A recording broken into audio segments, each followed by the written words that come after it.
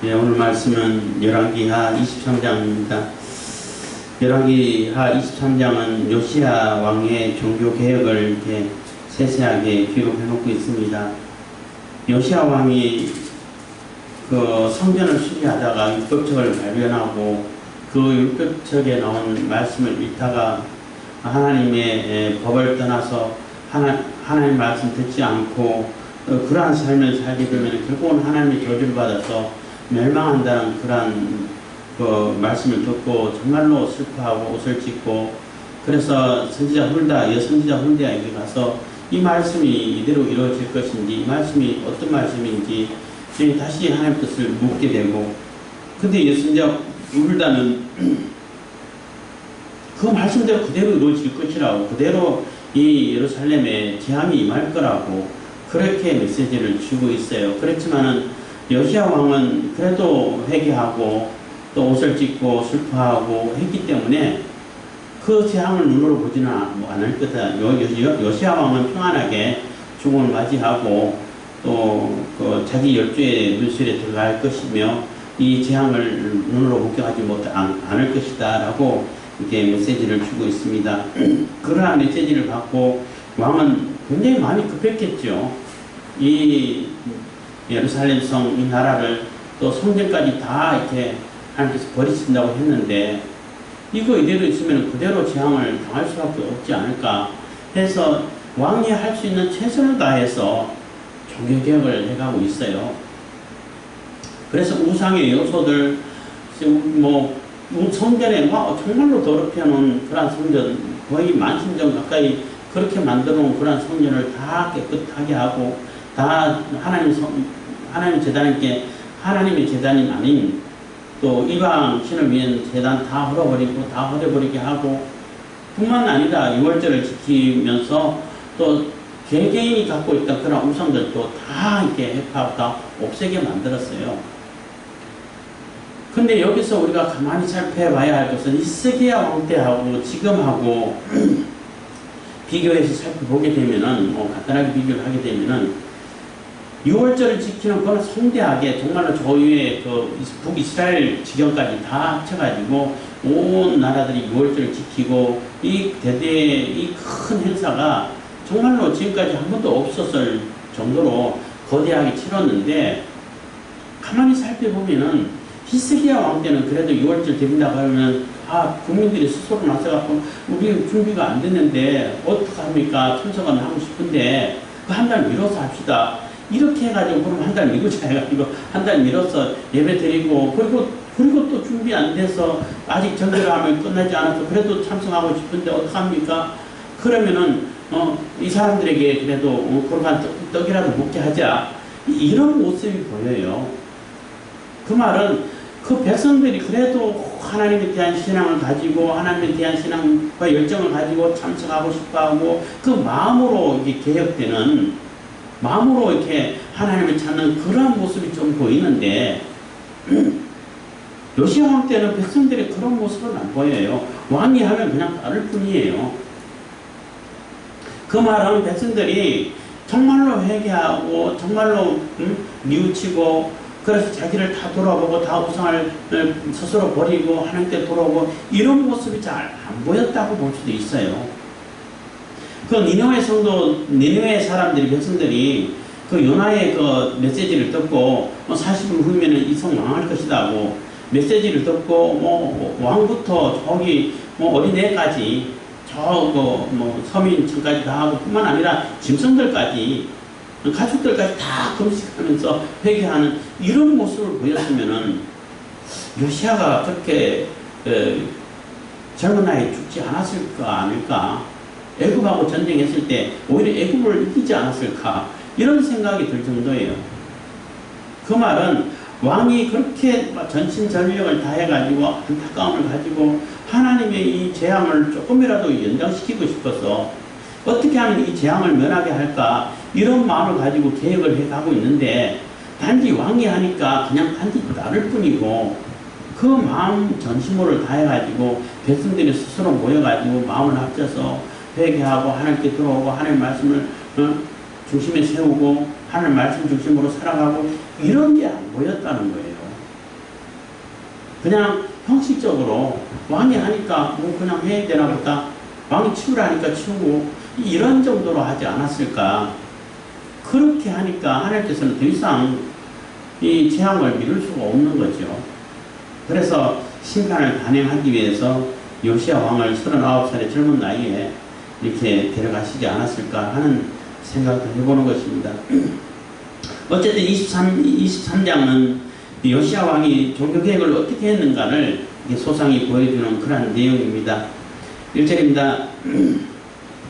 왕이 본이여 유다와 예루살렘의 모든 장로를 자기에게로 모으고, 그래서 유다와 예루살렘의 모든 장로들, 지도자급이죠. 다 모아서, 그래서 온 백성이 다 참여하는 거와 마찬가지입니다. 그들을 대표하니까 모아서 2절입니다. 이에 여호와의 전에 올라가매 유다 모든 사람과 예루살렘 거민과 제사장들과 선지자들과 모든 백성이 물어 노수하고 다 왕과 함께 한지라. 왕이 여호와의 전 안에서 발견한 언약책의 모든 말씀을 읽어 무리의 귀에 들리고, 왕이 대에 서서 여호와 앞에서 언약을 세우되 마음을 다하고 성품을 다하여 여호와를 순종하고 그 계명과 법도와 율례를 지켜 이 책에 기록된 이 언약의 말씀을 이루게 하리라 하며 백성이 다 그 언약을 좇기로 하니라. 그래서 백성들을 다 모아놓고 선지자도 모으고 제사장도 다 모으고 모아서 하나님 말씀, 발견한 그 하나님 말씀, 율법의 책을 다 읽어주게 하고 또 낭독하게 되고, 그 말씀이 이런 말씀이 있었다, 이런 저주의 말씀도 있었다. 지금까지는 그냥 축복의 말씀만 계속 읽어가지고 하나님께서 무조건 축복할 것이다, 하나님께서 복을 베풀어 주실 거다, 하나님께서는 복을 베풀어 주시고 우리는 무조건 안전할 거야, 다 지켜주실 거야, 이렇게만 생각했는데 하나님의 저주의 말씀을 읽고 나니까 너무나 두려운 거죠. 그래서 왕이 이제 백성들에게 서서 이렇게 연설할 수 있는 그러한 그 단이 있다는 거죠. 왕이 서서 그 성전 기둥 들어가는 두 기둥이 있는데 기둥 옆에서 약간 뭐 계단 위에니까 거기에 단에 서서 연설하지 않았을까 이런 생각도 합니다만은, 그런 추측을 해요. 어쨌든 왕이 서가지고 백성들에게 선포하는 그러한 자리가 공식적으로 있어요.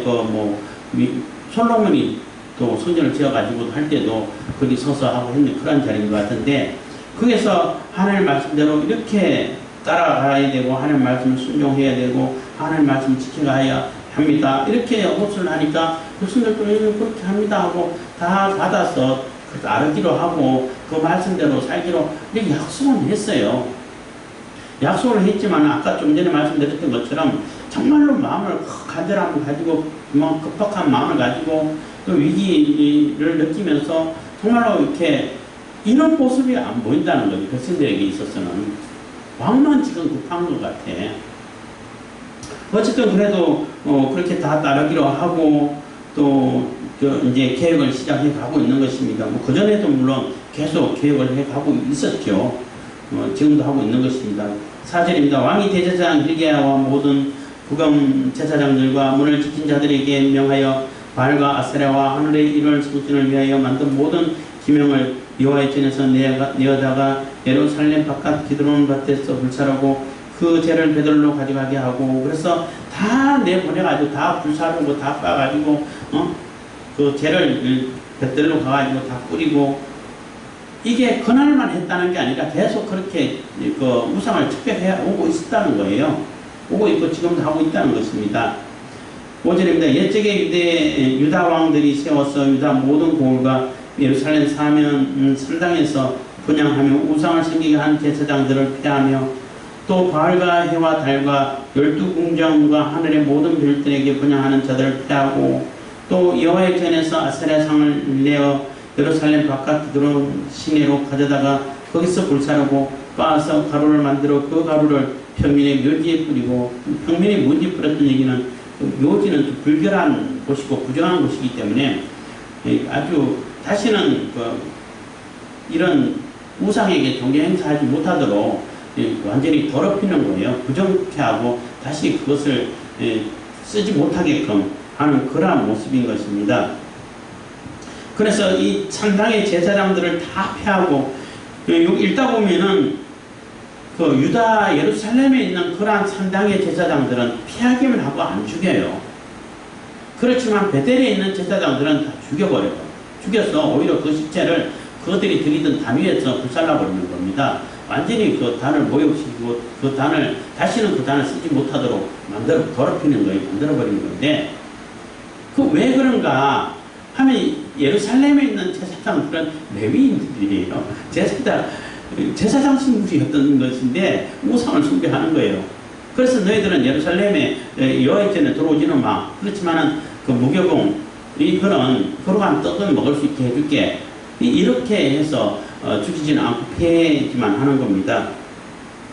그래서 우상이란 우상은 다 갖다가 다 부수고 다 가루로 만들고 다 뿌리고 부정한 곳에 다 갖다 뿌리고 이래서 다시 그 우상의 제사장 우상의 그 우상 숭배가 이루어지지 않도록 다 이게 척결을 하고 있는 겁니다.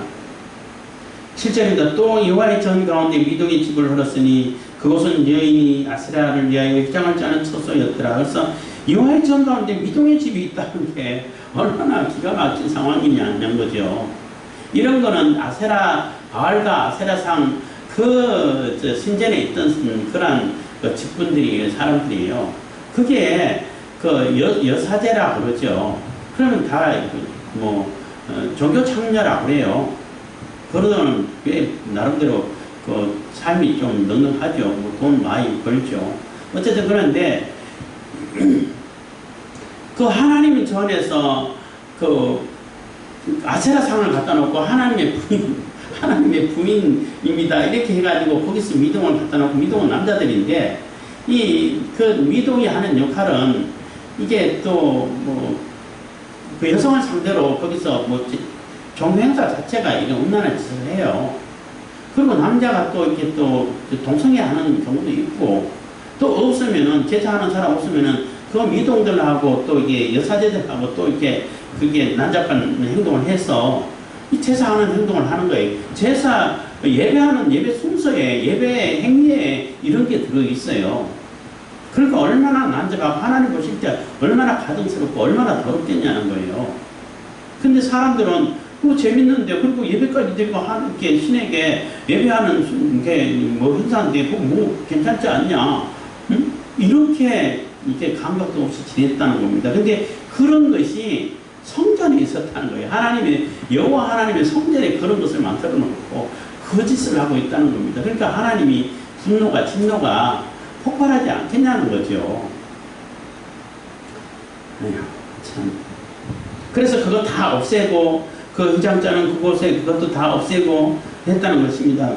8절입니다. 또 유다 각 성읍에서 모든 제사장을 불러오고 또 제사장이 분양하던 산당을 게바에서부터 베er세바까지 더럽게 하고 또 성문의 산당을 헐어버렸으니 이 산당들은 부윤 여호수아의 대문 어기 곧 성문 왼편에 있었더라. 그래서